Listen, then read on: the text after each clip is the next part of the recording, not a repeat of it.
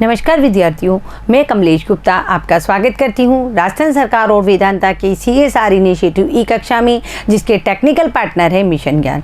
बच्चों, हम कक्षा 10 की हिंदी पढ़ रहे हैं और हमारी पाठ्य पुस्तक का नाम है क्षितिज। क्षितिज के अंतर्गत हम काव्य खंड का अध्ययन कर रहे हैं। अध्याय है 2 और हमारे जो संत कवि हैं भक्ति काल के, वो हैं तुलसीदास जी, और हम उसमें राम लक्ष्मण परशुराम संवाद पढ़ रहे हैं। बच्चों, तुलसीदास जी ने जो रामचरितमानस लिखी, उसके बालकांड से यह एक संवाद लिया गया है, जिसमें राम लक्ष्मण और परशुराम का संवाद है। जब सीता का स्वयंवर हो रहा था, उस वक्त का ये एक दृश्य है, जिसको हम यहाँ व्याख्या सहित पढ़ रहे हैं। तो देखो बच्चों, कौशिक सुनहु मंद यहु बालक, कुटिल काल बस निज कुल घालक। भानु बंस राकेश कलंकु, निपट निरकुंसु अभद असंकु। काल कवल हो ई क्षण मोई, कहो पुकार खोरी मोहि नाहि। तुमऊ हटकऊ जो चहु उबारा, कहे प्रताप बल रोसु हमारा। देखो बच्चों, क्या हो रहा है, जब जनक की सभा में राम से जब धनुष टूट जाता है श्री राम से, तो परशुराम जी क्रोधित होकर आते हैं। क्यों? क्योंकि वो धनुष उनके गुरु शंकर का होता है, या शिव जी का जो भी है वो धनुष होता है। तो क्या होता है, जब परशुराम जी क्रोधित होते हैं तो उनके क्रोध का जो जवाब है राम ना दे करके लक्ष्मण देते हैं। और लक्ष्मण जो कि राम के छोटे भाई हैं, वो परशुराम जी के क्रोध का तुरंत जवाब दे रहे हैं। और किस रूप में दे रहे हैं? व्यंग्य के रूप में दे रहे हैं, उनका उपहास करके दे रहे हैं। और एक तरफ परशुराम जी क्रोधित होकर के अपनी वीरता का बखान कर रहे हैं। तो यह लक्ष्मण और परशुराम दोनों के बीच का जो संवाद चल रहा है, उसको हम देखेंगे। पहले हम शब्दार्थ देखते हैं। कौशिक, कौशिक का अर्थ है विश्वामित्र। मंद का अर्थ है मूर्ख। कालवश यानी मौत के वश में, काल यानी मृत्यु। भानुवंश, भानु का अर्थ होता है सूर्य, और वंश का अर्थ होता है वंश। निरकुंश, निरकुंश यानी जिसमें बिल्कुल भी दया नहीं हो, जो उदंड होते हैं। अबुदु, अबुदु का अर्थ है मूर्ख। देखो हमारे यहाँ अबुदु आया, इससे पहले सठ एक शब्द आया था, उससे पहले जड़ एक शब्द आया था, उनका अर्थ भी मूर्ख होता है। असंकु, असंकु का अर्थ है निडर। क्षण, क्षण का अर्थ है क्षण भर में। खोरी, खोरी का अर्थ है दोष। हटकहु, रोकू। प्रतापु, प्रताप का अर्थ है बल और शक्ति। बच्चों, ये अवधी भाषा के शब्द हैं, आपको इनको शब्दार्थ को याद रखना पड़ेगा और अपने इनको मस्तिष्क में बैठाना पड़ेगा, इनको याद रखना पड़ेगा। तो देखो बच्चों, कौशिक सुनहु मंद यहु बालक, कुटिल काल बस निज कुल घालक। अब यहाँ कौन बोल रहे हैं? यहाँ परशुराम जी बोल रहे हैं। पहले हम इसका प्रसंग देखेंगे। प्रस्तुत पद्यांश तुलसीदास द्वारा रचित राम लक्ष्मण परशुराम संवाद से लिया गया है। परशुराम लक्ष्मण को उदंड और मूर्ख बता रहे हैं। कैसा बता रहे हैं? निर्कुंश, उदंड और मूर्ख की मतलब इसे बड़ों की क्या नहीं करना आता है? आदर करना नहीं आता है। इस पर लक्ष्मण भी सूरवीरों की प्रवृत्ति को स्पष्ट करते हुए परशुराम का उपहास बना रहे हैं, या कर रहे हैं कि बता रहे हैं कि शूरवीर कौन होते हैं। शूरवीर वो होते हैं जो अपनी प्रशंसा स्वयं नहीं करते हैं। तो देखो, कौशिक सुनहु मंद यहु बालक, कुटिल काल बस निज कुल घालक। भानुवंश राकेश कलंकु, राकेश का अर्थ होता है चंद्रमा। भानुवंश का अर्थ होता है सूर्यवंशी। कलंकु निपट निरकुंस उदड़। अबुदु यानी जड़, मूर्ख। असंकु, और असंकु का अर्थ होता है निडर। तो हम इसकी व्याख्या देखेंगे बच्चों। परशुराम जी विश्वामित्र से क्या कह रहे हैं? क्योंकि विश्वामित्र के साथ ही राम लक्ष्मण उसके सीता के स्वयंवर में आए थे, तो विश्वामित्र से कह रहे हैं कि ये बालक जो लक्ष्मण है, बड़ा कुबद्दी और कुटिल है, और ये काल के वश में होकर अपने कुल का घातक बन रहा है। क्या कर रहा है? अपने कुल को समाप्त करने पर उतारू हो रहा है। यह सूर्यवंशी होते हुए भी देखो, भानुवंश राकेश कलंकु, निपट निरकुंस अवध असंकु। अब देखो, ये सूर्यवंशी होते हुए भी चंद्रमा के कलंक के समान है। यानी ये पैदा तो सूर्यवंश में हुआ है, लेकिन उस सूर्यवंश में ये चंद्रमा में जैसे कलंक है, हल्का सा काला धब्बा है, उस प्रकार ये अपने वंश के लिए कलंक है। और ये सभी तरह से कैसा है? उदंड है, मूर्ख है और निडर है। अब आगे देखो बच्चों, काल कवल हो ये क्षण माई, इन क्षण भर में काल यानी मृत्यु के बस में आ जाएगा। कहो पुकार खोर मोहि नाहि। देखो अब आगे क्या कह रहे हैं परशुराम जी, कि विश्वामित्र जी से कह रहे हैं कि ये बालक अभी क्षण भर में काल का ग्रास हो जाएगा, क्योंकि मैं अपने फरसे से, अपने कुलाड़े से इसको काट डालूंगा। और मैं पुकार कर कह देता हूँ, पुकार कर कह देता हूँ। देखो, पुकार खोर मोहि नाहि। पुकार, खोरी का मतलब दोष, खोरी का मतलब दोष, मोहि नाहि यानी मैं पुकार करके कह रहा हूँ, फिर मुझे तुम दोष मत देना, क्योंकि वो बहुत सारे राजा बैठे हुए थे। मैं पुकार कर कह देता हूँ, फिर मुझे कोई दोष मत देना। यदि तुम इसकी रक्षा करना चाहते हो तुमऊ हटको जो चहूँ उबारा। हटकऊ का यहाँ अर्थ है कि यदि तुम इसको रोकना चाहते हो, यदि इसकी रक्षा करना चाहते हो, कहीं प्रताप बल रोष हमारा। तो यहाँ विश्वामित्र परशुराम जी कह रहे हैं यदि तुम इसकी रक्षा करने चाहते हो तो इसे हमारा प्रताप, हमारा बल और हमारा क्रोध बतला दो और ये बतला करके इसे रोक दो कि बालक हे लक्ष्मण, परशुराम जी बहुत क्रोधी स्वभाव के हैं और बहुत वीर हैं। ये बात कौन कह रहा है? ये बात परशुराम जी विश्वामित्र से कह रहे हैं कि अगर तुम्हें लक्ष्मण को रोकना है तो रोक लो, नहीं तो मैं इसी क्षण भर में काल का ग्रास बना दूंगा, फिर तुम मुझे दोष मत देना। आगे देखो बच्चों, लखन कहे मुनि सुजस तुम्हारा, तुम्हें अछत को बरने पारा। अपने मुँह तुम आपने करनी, बारी अनेक भांति बहुबरनी। नहीं संतोष तू पुनि कछु कहूँ, जनि ऋषि रो के दुसऊँ दुख सहूँ। वीर व्रति तुम धीर अछोबा, गारी देते न पावऊँ शोभा। अब यहाँ लक्ष्मण जी बोल रहे हैं, पहले परशुराम जी कह रहे थे, तुरंत जवाब दे रहे हैं लक्ष्मण जी। पहले हम इसके शब्दार्थ देखेंगे। सुजस, सुजस का अर्थ होता है सुयस। अछत, अछत का अर्थ होता है छोड़ करके। बरने पारा यानी वर्णन कर पाएगा। दुसह, दुसह का अर्थ होता है असहनीय, जिसको हम सहन नहीं कर सकते। वीरव्रति यानी वीरता के मार्ग पर चलने वाला और जिसने वीरता का व्रत लिया हो। अछोबा, अछोबा का अर्थ होता है अक्रोधी। क्या होता है? अक्रोधी। अब देखो यहाँ क्या व्याख्या है इसकी। लखन कहूँ मुनि सुजस से तुम्हारा, तुम्हें ही अछत को बरने पारा। यानी परशुराम जी ने जब विश्वामित्र जी से कहा कि इस बालक, ये जो बालक है ये सूर्य वंश का होकर के चंद्रमा के समान अपने वंश में कलंक लगाएगा और क्षण भर में मृत्यु का काल मृत्यु के मुंह में चला जाएगा, तुमको इसको बचाना है तो इसको बचा लो, ये बता करके कि परशुराम जी बहुत क्रोधी और बहुत वीर है। तो ये सुन करके विश्वामित्र जी ने तो कोई उत्तर नहीं दिया। उससे पहले ही लक्ष्मण जी बोले कि मुनि आपका सुयस आपके अलावा और कौन वर्णन कर सकता है। यानी आप अपने मुंह से अपनी प्रशंसा स्वयं कर रहे हैं। कहे मुनि, लखन कहे मुनि सुजस से तुम्हारा, तुम्हें ही अछत को भरने पारा। यानी आपने अपने मुख से अपनी करनी अनेक बार कही है, यानी अनेक बार अपनी प्रशंसा करी है कि मैंने सहस्त्र बाहु को मार दिया, मैंने पूरी जो धरती है इसको क्षत्रिय विहीन कर दिया, पूरी धरती को मैंने ब्राह्मणों को दान में दे दी।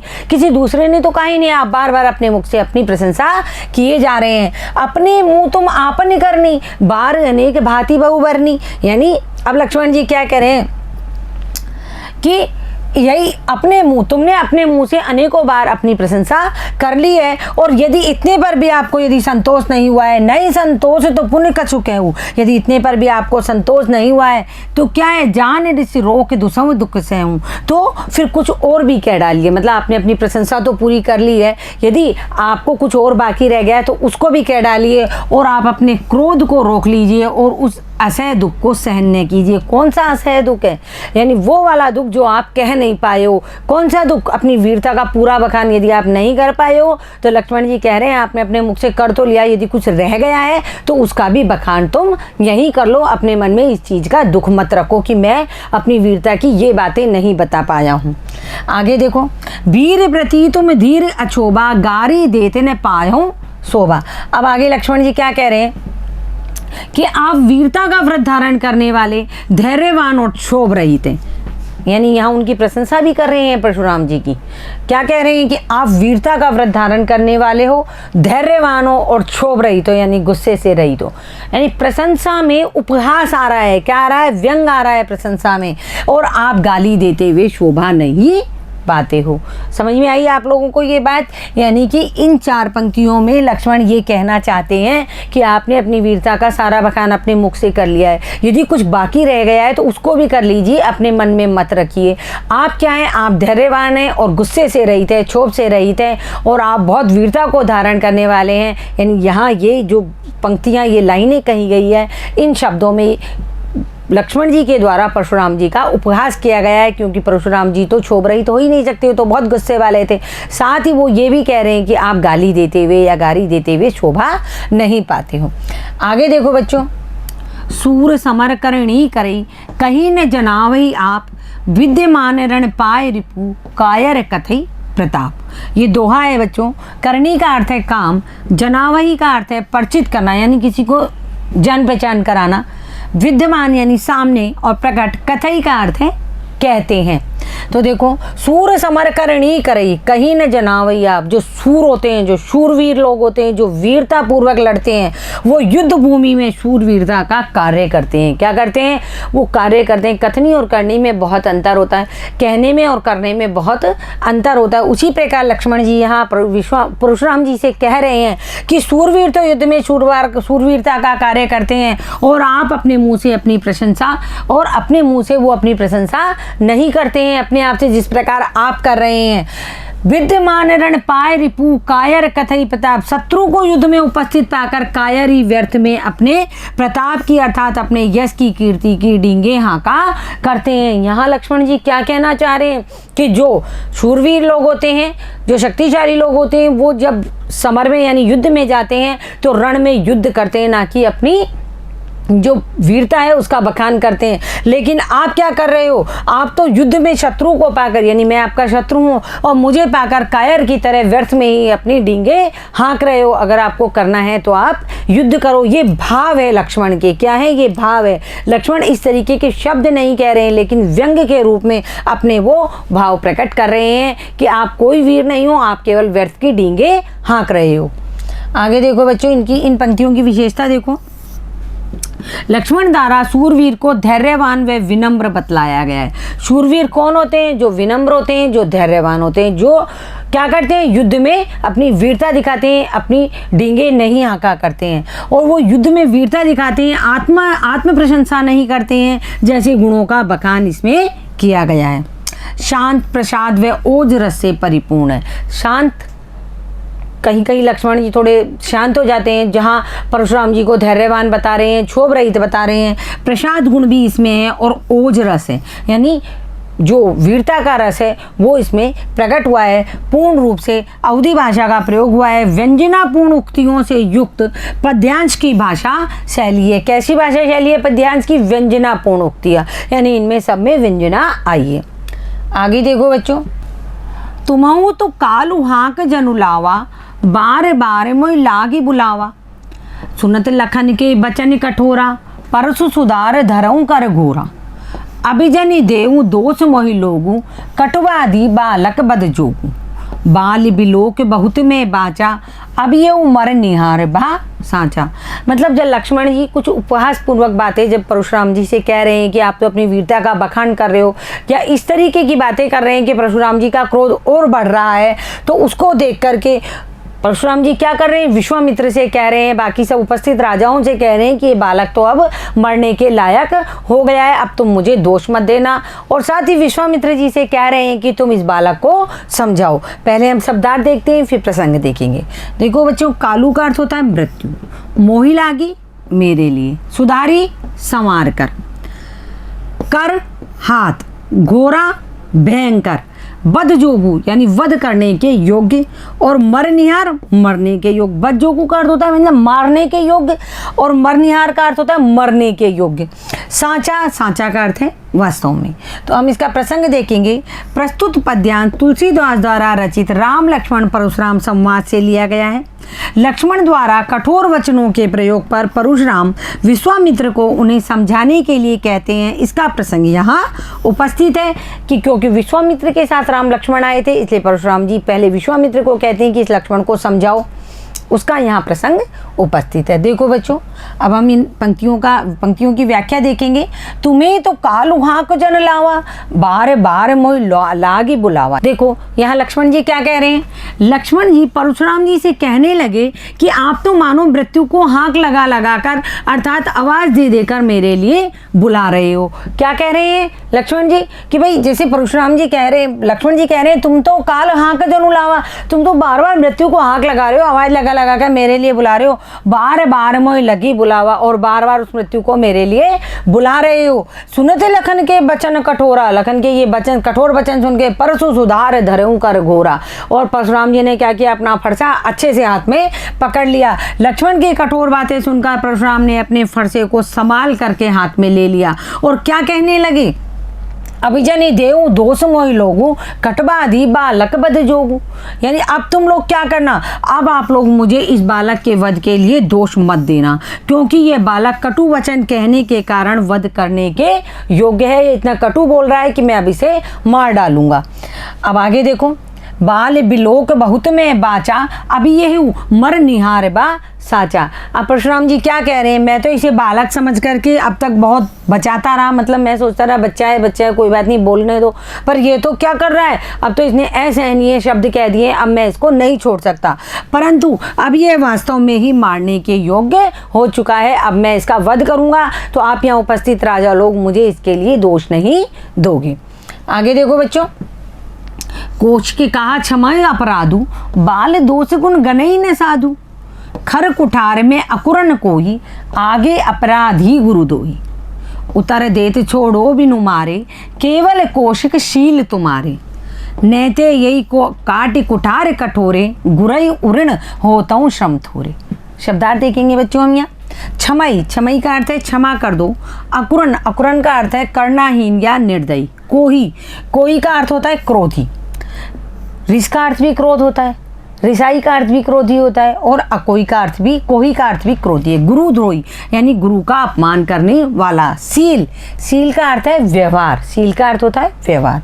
उऋण, उऋण का अर्थ है ऋण से मुक्त होना। तो देखो बच्चों यहाँ क्या व्याख्या है, कौशिक का क्षमई अपराधु, बाल दोष गुण गनई न साधु। अब विश्वामित्र जी, कौशिक कौन है यहाँ, कौशिक का अर्थ है यहाँ विश्वामित्र जी। कौन है,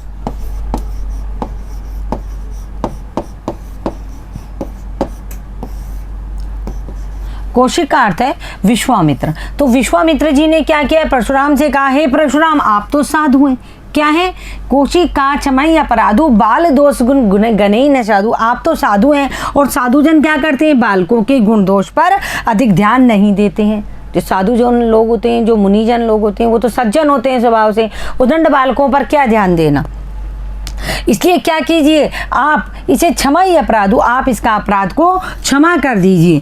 तब परशुराम जी क्या कहते हैं, खर कुठार में अकुरण कोई, आगे अपराधी गुरुधोई। फिर परशुराम जी बोले कि हे विश्वामित्र, आप जानते हो कि मैं बहुत निर्दयी क्रोधी स्वभाव का हूँ। कैसा हूँ मैं, खर कुठार में अकुरण कोई, कोई का मतलब क्रोधी, कोई का मतलब, और अकुरण का मतलब करुणाहीन या निर्दयी हूँ मैं, करुणाहीन हूँ मैं, निर्दयी हूँ मैं, कोई हूँ मैं, कैसा हूँ, क्रोधी हूँ, आगे अपराधी गुरुद्रोही। और मेरे आगे कौन खड़ा है, मेरे गुरु का अपराधी खड़ा है। कौन खड़ा है, मेरे गुरु का अपराधी, जिसने मेरे गुरु का धनुष तोड़ दिया है।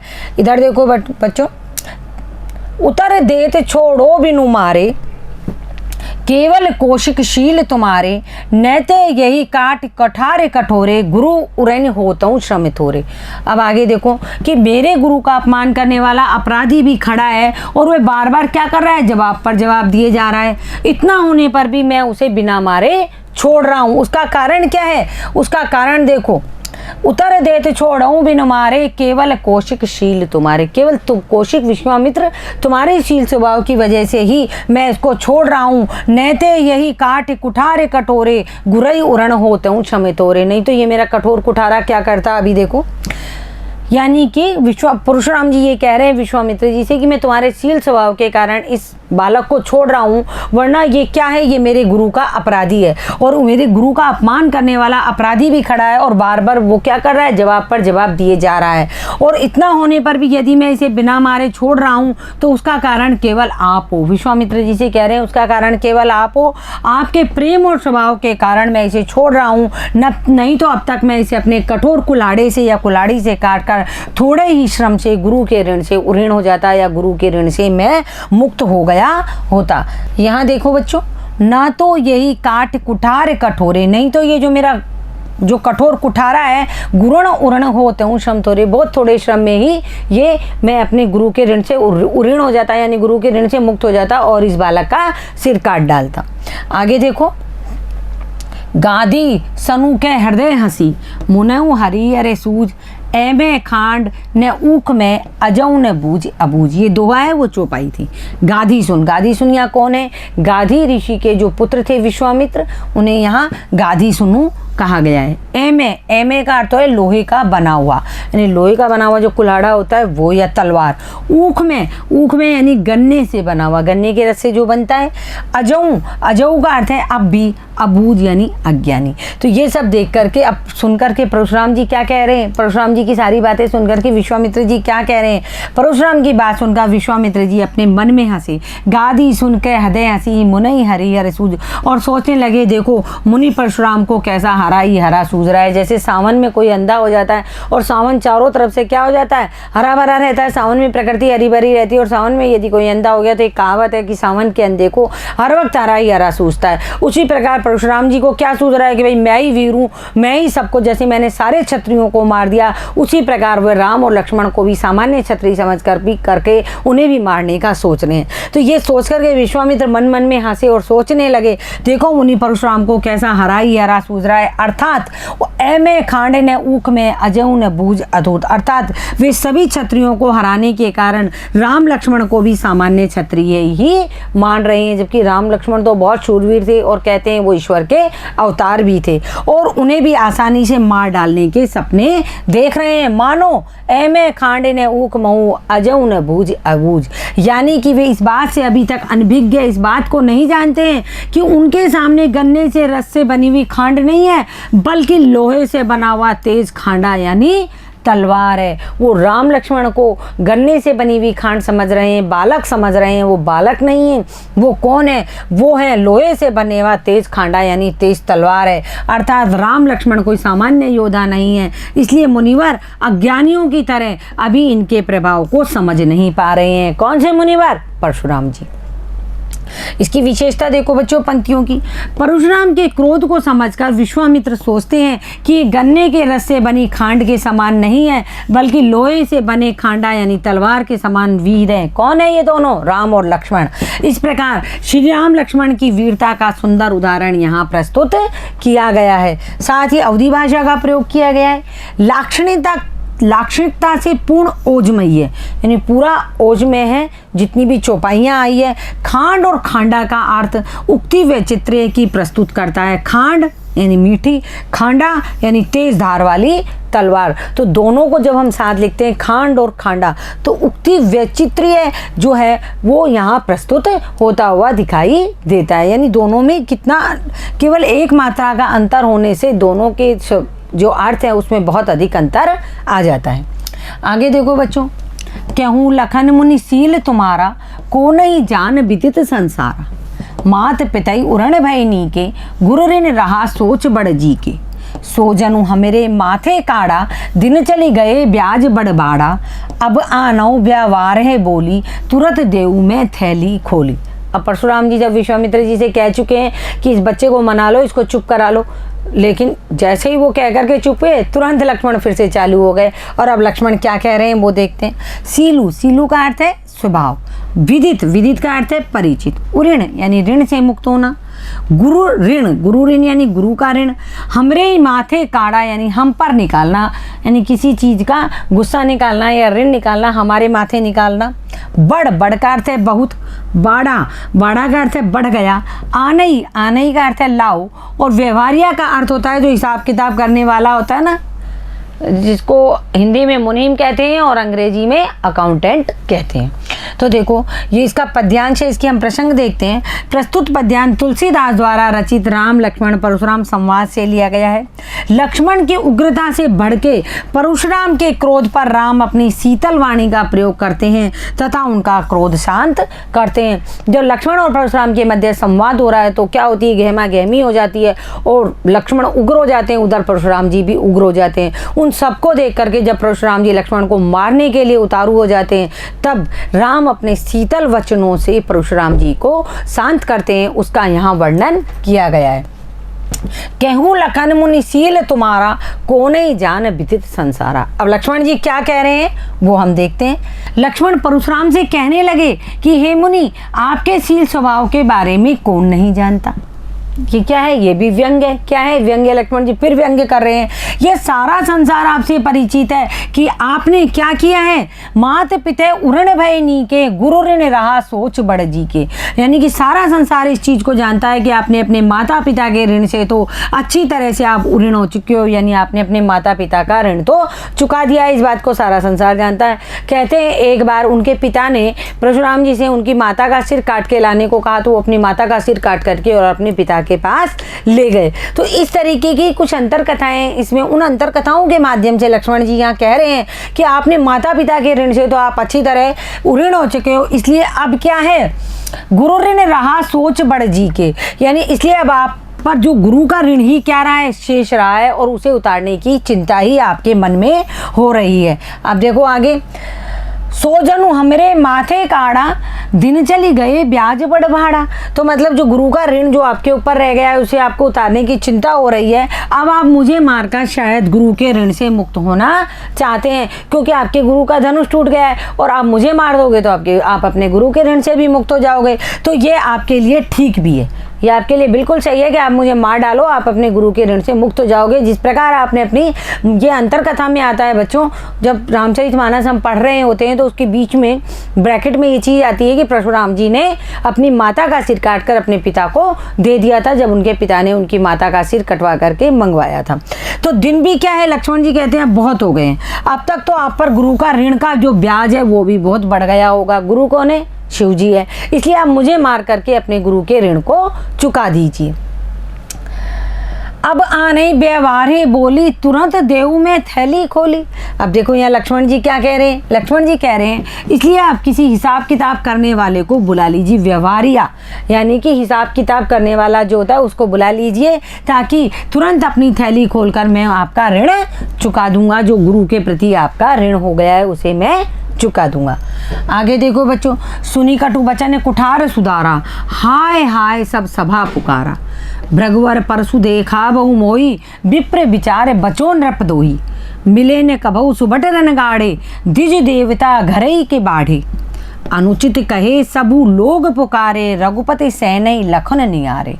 लखन निवारे। अब पहले अपन इसके शब्दार्थ देखेंगे। भृगवर, भृगवर कौन है, परशुराम। देखो भृगवंश मणि, भृगसुत, भृगवर कई नाम आए हैं परशुराम जी के, लेकिन सबसे पहले नाम आया है भृग, यानी क्योंकि ये भृग ऋषि के वंशज थे। बचो, बचो का अर्थ है बचा रहा हूँ या छोड़ रहा हूँ। नृपद्रोही, नृप यानी राजा, द्रोही यानी राजाओं के शत्रु। सुभट, सुभट का अर्थ होता है वीर या योद्धा। गाढ़े, गाढ़े का यहाँ अर्थ है अच्छे। द्विज देवता यानी ब्राह्मण देवता, द्विज देवता का अर्थ है ब्राह्मण देवता। सैनही, सैनही का अर्थ है आंखों के इशारों से। निवारे, निवारे का अर्थ है रोकना या मना करना। हम इसकी व्याख्या देखेंगे बच्चों। देखो, सुनी कटु बचन कुठार सुधारा, हाय हाय सब सभा पुकारा।